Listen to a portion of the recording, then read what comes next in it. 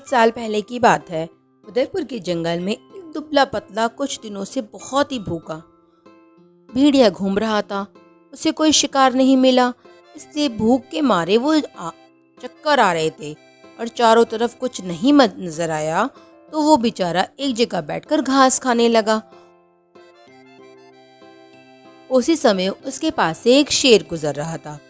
उसने भेड़ियों को घास खाते हुए देखा और उसके पास गया और बोला, अरे ओ भेड़िए भाई, ये मैं क्या देख रहा हूँ? तुम ये क्या कर रहे हो? एक मांसाहारी प्राणी होकर घास खा रहे हो? यह तो मांसाहारी प्राणियों के लिए शर्म की बात है।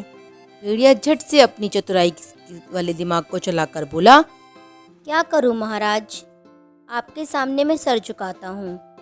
महाराज की जय हो। महाराज, वैसे तो आपके राज्य में प्रजा बहुत सुखी है, लेकिन आपका यह दास बहुत दुखी है। मेरे शरीर की हालत देखकर तो आपको अंदाज़ा लग ही गया होगा कि भूख के मारे मेरा क्या हाल है। जब मुझसे भूख बर्दाश्त नहीं हुई तब घास खाने की नौबत आ गई। अब आप ही बताएं मैं क्या करूं महाराज। अरे रे रे रे, ये बात है। ठीक है, तुम चिंता मत करो। मैं अभी शिकार करके तुम्हारे लिए भोजन का प्रबंध करता हूँ। तुम मेरे साथ आओ। भेड़िया मन ही मन बड़ा खुश हो गया। शेर की तारीफ करने लगा। महाराज की जय हो, महाराज की जय हो। आप एक महान राजा हैं। इस जंगल में आप जैसा दयालु राजा पहले कभी नहीं हुआ। कृपया करके मेरे लिए भोजन का इंतजाम कीजिए और मैं भूख सहन नहीं कर पा रहा हूँ। ठीक है, चलो मेरे साथ। उसके बाद वो दोनों जंगल में शिकार ढूंढने निकल जाते हैं। थोड़ी दूर चलने के बाद शेर ने देखा एक जंगली भैंसा खेत में चर रहा था। उसने मौका देखकर उस पर वार किया। शेर के साथ साथ भेड़िए की भी लॉटरी लग गई। उसने पेट भर कर मांस खाया और शेर की तारीफों पे तारीफें करता रहा। खाना खाने के बाद शेर भेड़िए के साथ उसकी गुफा में चला गया, क्योंकि शेर अकेला रहता था, उसका परिवार उसके साथ नहीं था। शेर ने सोचा, भेड़ियों को अपने साथ रख लेता हूँ, अच्छा है एक फ्री में नौकर मिल जाएगा। पर भेड़िए के मन में तो कुछ और ही चल रहा था। उसने सोचा कि मैं राजा का मंत्री बनूंगा। हुजूर, आप जंगल के राजा हैं, पर आपका कोई मंत्री तो नहीं है। मुझे मंत्री बना लीजिए, मैं आपको अच्छे अच्छे सुझाव दूंगा। अच्छा, ठीक है, आज से तुम मेरे मंत्री बन जाओ। हर रोज मुझे सुझाव देना और ऊंचे टीले पर जाकर मुझे सूचित करना कि शिकार आ रहा है। मैं उसका शिकार करूंगा और तुम मेरे साथ उस शिकार को खा लेना। तब तुम मेरे साथ रह सकते हो। बताओ, मंजूर है? हाँ महाराज, आपकी जो आज्ञा। शेर राजा का मंत्री बनकर तो भेड़िए की ठाट भाटी बदल गए।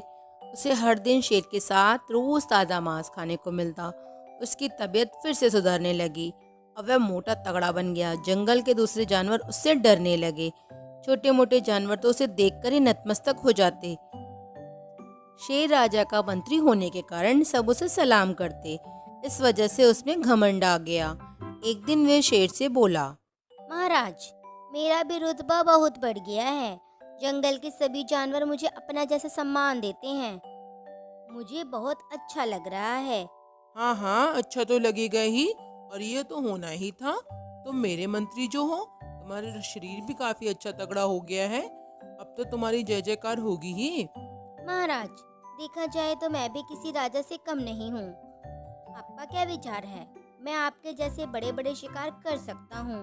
असल में तो मैं ही आपके लिए शिकार लेकर आता हूँ। शेर के दिमाग में अब ये समझ आ गया कि भेड़िया घमंडी हो गया है। उसे लगता है सभी जानवर उसकी ताकत के कारण उससे डरते हैं। शेर ने सोचा, इस भेड़िए को वास्तविकता का ज्ञान कराना ही चाहिए। तो वह फिर भेड़िए से बोला, मंत्री महोदय, मैं अब शिकार करके थक गया हूँ, आराम करना चाहता हूँ। क्या आप मेरी जगह पर शिकार करोगे? वैसे भी तो आप इससे सारे जंगल के जानवर डरती हैं। ये तो आपने ठीक कहा महाराज, परंतु शिकार तो राजा करते हैं और मैं तो मंत्री हूँ। अच्छा, ये बात है, तो मैं तुम्हें आज से राजा बना देता हूँ और मैं तुम्हारा मंत्री बन जाता हूँ। राजा बनकर तो शिकार कर ही लोगे। सोच समझ कर बताना, ऐसा मौका तुम्हें दोबारा नहीं मिलेगा। शेर की बात सुनकर भेड़िया मन ही मन बड़ा खुश हो गया। राजा स्वयं उसे राजा बनने के लिए बोल रहे हैं, इससे बड़ी बात क्या होगी। भेड़िया अब लालच में आ गया और उसने तुरंत हाँ बोल दी। महाराज, अगर आप चाहते हैं तो मैं आपका राजा बनने के लिए तैयार हूँ। अब मैं बहुत शक्तिशाली हूँ, मैं आसानी से शिकार कर सकता हूँ।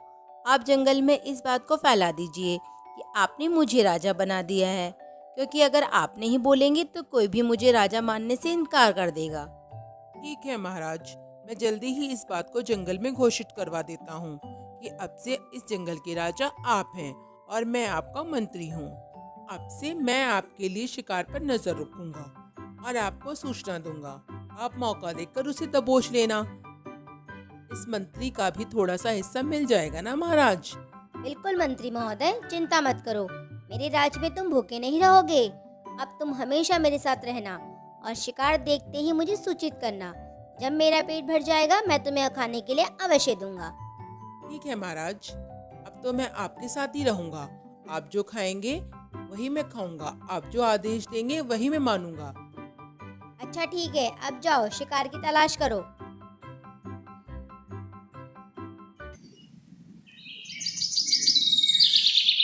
अगले दिन योजना के अनुसार शेर जंगल में गया और वहां ऊंचे टीले पर चढ़कर चारों ओर देखने लगा। कुछ देर के बाद शेर को वहां एक जंगली भैंसा दिखाई पड़ा।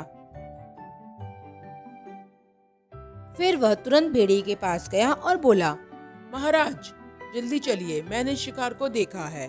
वो वहाँ टीले के नीचे खड़ा है। जल्दी करे, कहीं वो वहाँ से चला ना जाए।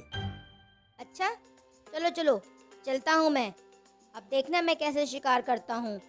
जल्दी चलो, कहीं वो भाग ना जाए। महाराज मैंने उसे वहाँ टीले के नीचे देखा है, आप जल्दी करिए। शेर की बात सुनकर भेड़िया जल्दी जल्दी उस जगह पर पहुंचा और भैंसे को राजा भेड़िए ने देखा तो उसे अपने बल पर बड़ा घमंड हो गया। उसने सोचा, मैं शेर की तरह कूदकर इसका शिकार कर लूंगा और इसे मार दूंगा। वैसे भी मेरे में ताकत तो शेर से ज्यादा ही आ गई है। महाराज शिकार तैयार है, हमला करिए ना। भेड़िया जैसे ही भैंसे के ऊपर कूदा, भैंसे ने उसे अपने सूंड से जोरदार पटकी लगाकर नीचे फेंक दिया।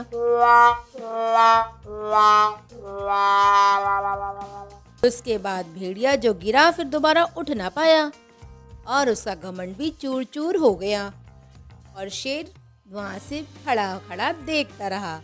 इसलिए कहते हैं कभी भी घमंड नहीं करना चाहिए। घमंड करने वाले का घमंड एक दिन चूर चूर हो ही जाता है।